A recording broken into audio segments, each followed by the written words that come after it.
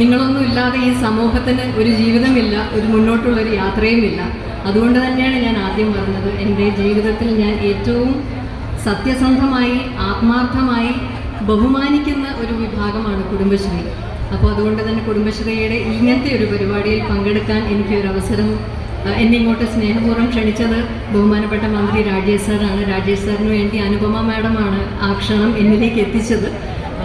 അപ്പോൾ ഈ ഒരു നാട്ടിൽ ഈ ഒരു സദസ്സിൽ പങ്കെടുക്കാൻ സാധിച്ചതിൽ, ഈ ഒരു മേള ഇത്രയും ഒരു കെട്ടുറപ്പോടുകൂടി തലയെടുപ്പോടുകൂടി നിങ്ങളുടെ മുമ്പിൽ അവതരിപ്പിക്കാൻ രാജേഷ് സാറിൻ്റെയൊക്കെ വലിയ പ്രയത്നം അതിൻ്റെ പിന്നിലുണ്ട് എന്നെനിക്ക് നന്നായിട്ട് അറിയാം. ഇത് മാത്രമല്ല, അദ്ദേഹത്തിൻ്റെ സ്വന്തം മണ്ഡലമായ തൃത്താലയിലാണ് ഈ സമാപന ചടങ്ങ് നമ്മൾ ആഘോഷിക്കുന്നത് എന്നുള്ളൊരു പ്രത്യേകത എനിക്ക് ഒരുപാട് വലിയ സന്തോഷം നൽകുന്നുണ്ട്.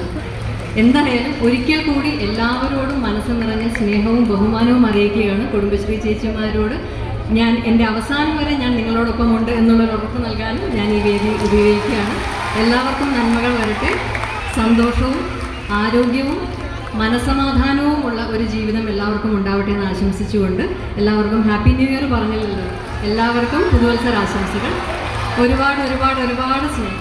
ഇങ്ങോട്ട് കയറി വന്നപ്പോൾ എനിക്ക് ഒരുപാട് ഉമ്മകൾ കിട്ടി, ഒരുപാട് സ്നേഹം നിറഞ്ഞ പുഞ്ചിരികൾ കിട്ടി. അപ്പോൾ തിരിച്ചങ്ങോട്ടും മനസ്സ് നിറഞ്ഞ 10,000 മടങ്ങ് സ്നേഹവും 10,000 മടങ്ങ് ഉമ്മകളും തിരിച്ചങ്ങോട്ട് തരും. Thank you.